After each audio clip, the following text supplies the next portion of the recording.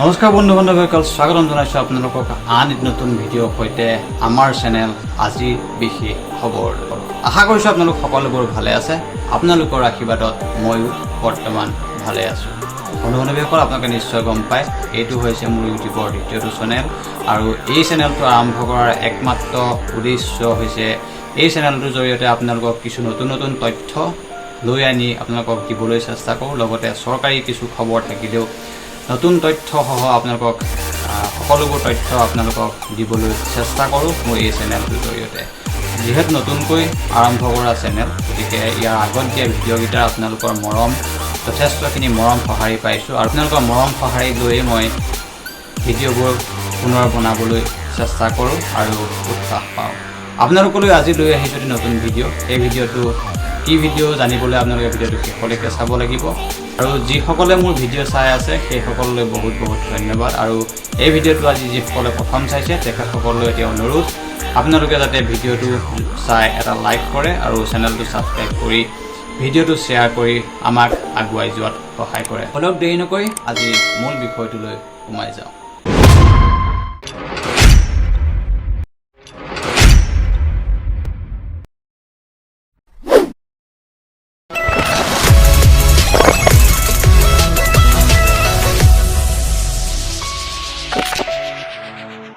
বন্ধু বান্ধৱীসকল, আপোনালোক সকলোৱে গম পায় বৰ্তমান সময়ত আজিৰ সময়ত সকলোতকৈ চৰ্চাত থকা এখন বিশেষ যান যিখন হৈছে চন্দ্ৰযান-3। এই চন্দ্ৰযান-3ৰ বিষয়ে ইয়াৰ আগত এটি মই ভিডিঅ' আগবঢ়াইছিলোঁ আৰু সেই আজি এটা নতুন ভিডিঅ' চন্দ্ৰযান-3ৰ বাবে লৈ আহিছোঁ। আপোনালোকে নিশ্চয় গম পায় 23 তাৰিখ অৰ্থাৎ আজি দিনৰ ভাৰতীয় সময় অনুসৰি 6:04 ভাৰতৰ প্ৰত্যেকজন নাগৰিকে অধীৰ আগ্ৰহেৰে বাট চাই থকা গৌৰৱৰ সেইখনত উপনীত হ'বলৈ আৰু মাত্ৰ কেইটিমান মুহূৰ্ত বাকী। ভাৰতীয় সময় অনুসৰি 6:04 সকলো যদি ঠিকে থাকে ভাৰতীয় মহাকাশ সংস্থাৰ দ্বাৰা উৎক্ষেপিত চন্দ্ৰযান-3 সফলভাৱে অৱতৰণ কৰিব আৰু তাৰ বিষয়ে এটি সৰু ভিডিঅ' আপোনালোকক লৈ আহিছোঁ। চন্দ্ৰযান বৰ্তমান কি অৱস্থাত আছে আৰু কেনেকৈ চন্দ্ৰযান-3 লেণ্ডিং হ'ব, কি পদ্ধতিৰে আনিব, সকলোবোৰ ভিডিঅ'টোৰ জৰিয়তে আপোনালোকক জনাবলৈ চেষ্টা কৰিছোঁ। বলক দেৰি নকৈ আৰম্ভ কৰোঁ ভিডিঅ'টো আৰু আমি সকলোৱে ভাৰতৰ প্ৰত্যেকজন ভাৰতীয় অধীৰ আগ্ৰহেৰে বাট চাই থকা সেই চন্দ্ৰযান-3 বৰ্তমানৰ অৱস্থান সম্পৰ্কে জানো আৰু সঁচাকৈ কাইলৈ চন্দ্ৰযান-3 অৱতৰণ কৰিবনে, আৰু যদি চন্দ্ৰযান-3 কাইলৈ যদি অৱতৰণ নকৰে কেতিয়া অৱতৰণ কৰিব, সকলোবোৰ দিশ এই ভিডিঅ'টোৰ জৰিয়তে আপোনালোকক দেখাবলৈ চেষ্টা কৰিম। তো বলক আৰম্ভ কৰোঁ আজি ভিডিঅ'টো। তো বন্ধু বান্ধৱীসকল, আপোনালোক সকলোৱে গম পাইছে ইতিমধ্যে বহু আকাংক্ষিত বহু আশাৰে বাট চাই থকা ভাৰতৰ গৌৰৱ চন্দ্ৰায়ন-3 সফল লেণ্ডিং হ'বলৈ মাত্ৰ আৰু কেইটামান ঘণ্টা বাকী। সকলো যদি ঠিকে থাকে অহা কালিলৈ অৰ্থাৎ 23 আগষ্টৰ সন্ধিয়া 6টা বজাত সফল লেণ্ডিং কৰিব বুলি আশা কৰা হৈছে।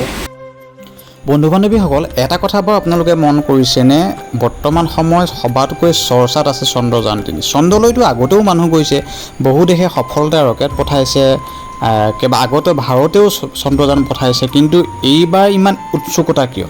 আচলতে কথাটো হ'ল চন্দ্ৰৰ দক্ষিণ মেৰুত আজিলৈকে কোনো দেশেই ছফ্ট লেণ্ডিং কৰিব পৰা নাছিলে।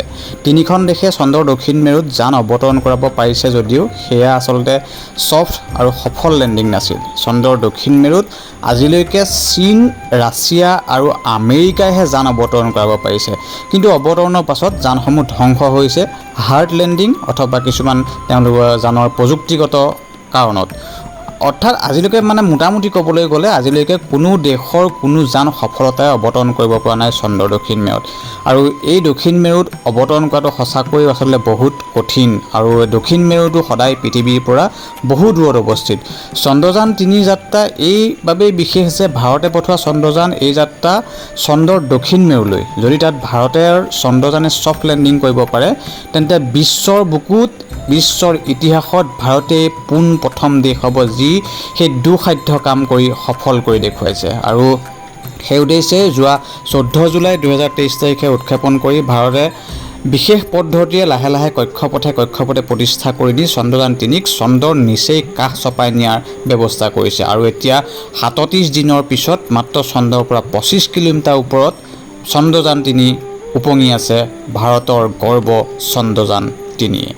আনহাতে ভাৰতৰ এই ইতিহাসৰ লগত ফেৰ মাৰিবলৈ ভাৰততকৈ আগতেই চন্দ্ৰৰ দক্ষিণ মেৰুত নিজৰ মহাকাশযান অৱতৰণ কৰাৰ মানুহেৰে ৰাছিয়াই ততাতৈয়াকৈ পঠাইছিলে চন্দ্ৰলৈ বুলি এখন মহাকাশযান লুনা 25 নামে।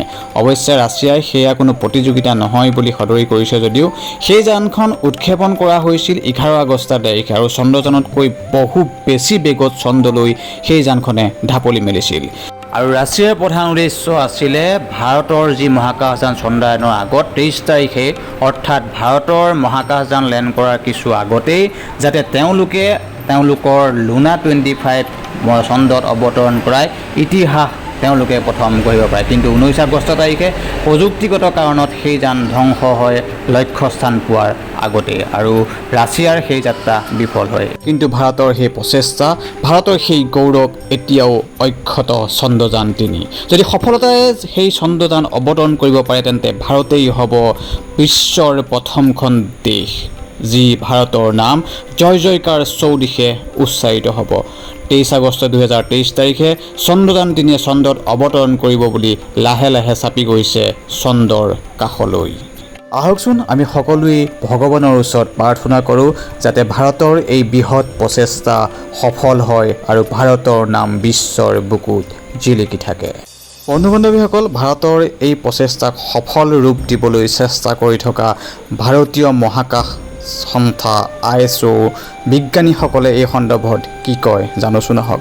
তেখেতসকলৰ মতে চন্দ্ৰযান-3ক অৱতৰণ কৰাৰ পৰা স্বয়ং ভগৱানৰ বাহিৰে ৰাখিব পৰা শক্তি কাৰোৱেই নাই, কিয়নো ISROৰ অধ্যক্ষ S সোমনাথে কৈছে যে যদি চন্দ্ৰযানৰ সকলো প্ৰযুক্তি বিকল হৈ যায়, একোৱেও যদি কাম নকৰা হয়, তথাপিতো লেণ্ডাৰ বিক্ৰমে চন্দ্ৰত অৱতৰণ কৰিবই।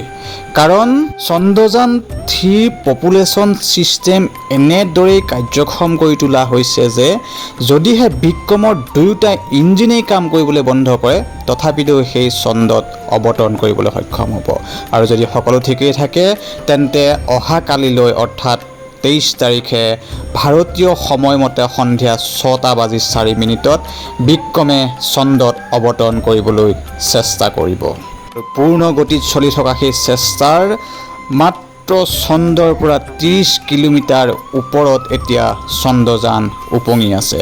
সুখৰ খবৰ, ইতিমধ্যে চন্দ্ৰযানৰ ফাইনেল ডেবষ্টিং অৱতৰণৰ বাবে বেগ কমোৱা সফলতাৰে সমাপ্ত হৈছে আৰু তাৰ কক্ষপথ 25 কিলোমিটাৰ × 134 কিলোমিটাৰলৈ সম্প্ৰসাৰিত কৰা হৈছে। এতিয়া কেৱল চন্দ্ৰযানে অপেক্ষা কৰিছে অৱতৰণ কৰিব লগা অংশত হ'ব লগা সূৰ্যোদয়ৰ বাবে। ডিফেন্স ৰিচাৰ্চ ডেভেলপমেণ্ট অৰ্গেনাইজেশ্যন চমুকৈ DRDOৰ তদানীন্তন মুখ্য নিয়ন্ত্ৰক AS পিল্লাই কৈছে যে মিছন 100% সফল হ'ব। Now nearing 100 kilometre orbit, it came to 30 kilometre and then started descending to the moon, it will be 100% successful. আমিও আশা কৰিছোঁ ভগৱানেও সহায় কৰক ভাৰতৰ এই যাত্ৰা যাতে সফল হয়। বন্ধু-বান্ধৱীসকল, ইছৰোৰ দ্বাৰা নিৰ্ধাৰিত যি সময় আচলতে দিয়া হৈছে সেই সময় 15 মিনিটৰ আগত চন্দ্ৰযান-3ৰ বাবে অত্যন্ত গুৰুত্বপূৰ্ণ হ'ব। কাৰণ চন্দ্ৰযান-3য়ে সেই 15 মিনিটৰ ভিতৰত কেইবাটাও প্ৰত্যাহ্বান গ্ৰহণ কৰিব লাগিব। প্ৰথমটো হৈছে চন্দ্ৰযান-3 এতিয়া চন্দ্ৰৰ চাৰিওফালে পথালিকৈ ঘূৰি আছে। সহজ ভাষাত ক'বলৈ গ'লে চন্দ্ৰযান-3ৰ যিকেইটা ঠেং দেখিছে এই ঠেংকেইটা আচলতে থিয়কৈ নিজে পৰিব পৰাকৈ ঠিক কৰি ল'ব লাগিব। দ্বিতীয়তে চন্দ্ৰযানৰ গতিবেগ শূন্যলৈ স্বয়ংক্ৰিয়ভাৱে নিজেই কমাই আনিব লাগিব। তাৰোপৰি চন্দ্ৰযান-3 অৱতৰণৰ যি স্থান সেই স্থানো নিজেই স্থিৰ কৰিব লাগিব। আৰু আশা কৰা হৈছে এই সকলোবোৰ প্ৰত্যাহ্বান হেলা ৰঙে চন্দ্ৰযান-3য়ে অতিক্ৰম কৰি চন্দ্ৰযান-3ৰ যি মিছন সেই মিছন সফল কৰিবলৈ সক্ষম হ'ব। আৰু তাকেই প্ৰতিজন ভাৰতীয়ই এতিয়া অন্তৰৰ পৰা কামনা কৰিছে, লগতে ভগৱানক প্ৰাৰ্থনা জনাইছে। বন্ধু-বান্ধৱীসকল, ইছৰ বিজ্ঞানীসকলে সম্পূৰ্ণৰূপে পূৰা ধ্যান দি আচলতে এই চন্দ্ৰযান-3ক লক্ষ্য কৰি আছে, কিয়নো চন্দ্ৰযান-2 যি কাৰণে বিফল হৈছিলে সেই বিফল যাতে পুনৰাবৃত্তি নঘটে তাৰ বাবে প্ৰত্যেকটো মুহূৰ্ত প্ৰত্যেকটো ছেকেণ্ড আচলতে নিৰীক্ষণ কৰি আছে। আৰু কিবা কাৰণত যদি চন্দ্ৰযান-3 অহাকালিলৈ কিবা কোনো কাৰণত যদি অকণমান খুঁত পায় তেন্তে হ'লে কাইলৈ হয়তো অৱতৰণ নকৰিবও পাৰে। আৰু ইয়াত দেখিছে 23 আগষ্টত চন্দ্ৰযানে চন্দ্ৰপৃষ্ঠত হয়তো অৱতৰণ নকৰিবও পাৰে। নিৰ্ধাৰিত সময়ৰ 2 ঘণ্টাৰ পূৰ্বে সকলো পৰীক্ষা কৰিব ইছৰোৱে। চন্দ্ৰৰ অৱস্থান আৰু লেণ্ডাৰ কেনে আছে সেয়া পৰীক্ষা কৰিব ইছৰোৰ ফালৰ পৰা বিজ্ঞানীসকলে। সামান্যতম ইফাল সিফাল হ'লেই সেইদিনা লেণ্ড নকৰে চন্দ্ৰযানে। 23 আগষ্টৰ পৰিৱৰ্তে 27 আগষ্টত হয়তো লেণ্ডিঙৰ প্ৰস্তুতি চলাব ইছৰোৱে। যদি সকলো অনুকূলে থাকে তেতিয়া হয়তো 23 আগষ্টতেই চন্দ্ৰপৃষ্ঠত নমাৰ প্ৰয়াস চলাব লেণ্ডাৰে। চন্দ্ৰপৃষ্ঠৰ পৰা 30 কিলোমিটাৰ উত্তৰৰ পৰা ছফ্ট লেণ্ডিঙৰ প্ৰয়াস চলোৱা হ'ব। অৱতৰণৰ সময়ত লেণ্ডাৰৰ গতিবেগ হ'ব 1.68 কিলোমিটাৰ প্ৰতি ছেকেণ্ডত। চন্দ্ৰৰ মধ্যাকৰ্ষণ শক্তিয়ে কক্ষপথৰ পৰা তললৈ আকৰ্ষণ কৰিব লেণ্ডাৰক তললৈ অৱতৰণ কৰাৰ ক্ষেত্ৰত। চন্দ্ৰপৃষ্ঠত লেণ্ডিঙৰ সময়ত গতিবেগ 0 হৈ যাব লাগিব লেণ্ডাৰৰ। গতিবেগ 0 কৰিবলৈ 4টাকৈ ইঞ্জিনৰ বিশেষ ইঞ্জিন সংযুক্ত কৰা হৈছে লেণ্ডাৰ মডুলত। 30 কিলোমিটাৰ ওপৰৰ পৰা 7.5 কিলোমিটাৰ দূৰত্বলৈ আহিব লেণ্ডাৰ। 7.5 কিলোমিটাৰৰ পৰা 6.8 কিলোমিটাৰলৈ নামি আহিব লেণ্ডাৰ। চন্দ্ৰপৃষ্ঠৰ পৰা 6.8 কিলোমিটাৰ নিলগত 2টাকৈ ইঞ্জিন বন্ধ কৰি দিয়া হ'ব। আৰু বাকী থকা 2টা ইঞ্জিনে ৰিভাৰ্ছ থ্ৰাষ্ট দিব চন্দ্ৰযানক। 6.8 কিলোমিটাৰৰ পৰা নামি আহিব 800 মিটাৰলৈ। আৰু সেয়াই হ'ব সকলোতকৈ মূল সময়খন।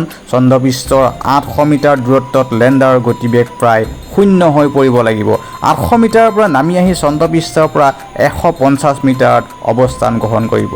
আৰু এই প্ৰক্ৰিয়া ভাৰ্টিকেল ডিচেণ্ট বোলা হয়। 150ৰ ওপৰৰ পৰা চন্দ্ৰপৃষ্ঠৰ ভূখণ্ড পৰীক্ষা কৰা হ'ব। লেণ্ডিঙৰ বাবে উচিত যেন অনুভৱ হ'লেই লেণ্ডাৰে তাতে অৱতৰণ কৰিব, অন্যথা আৰু যদি সেই স্থান লেণ্ডিঙৰ বাবে অনুকূল নহয় লেণ্ডিঙৰ স্থান সলনি কৰা হ'ব। 150 মিটাৰৰ পৰা নামি আহি চন্দ্ৰপৃষ্ঠৰ পৰা 7 মিটাৰ নিলগত আহিব চন্দ্ৰযান। সেই সময়ত যদি কিবা বিজুতি ঘটে তেন্তে ইমাৰ্জেঞ্চি মোড অন কৰি দিয়া হ'ব। তাত ইমাৰ্জেঞ্চি মোড আছে।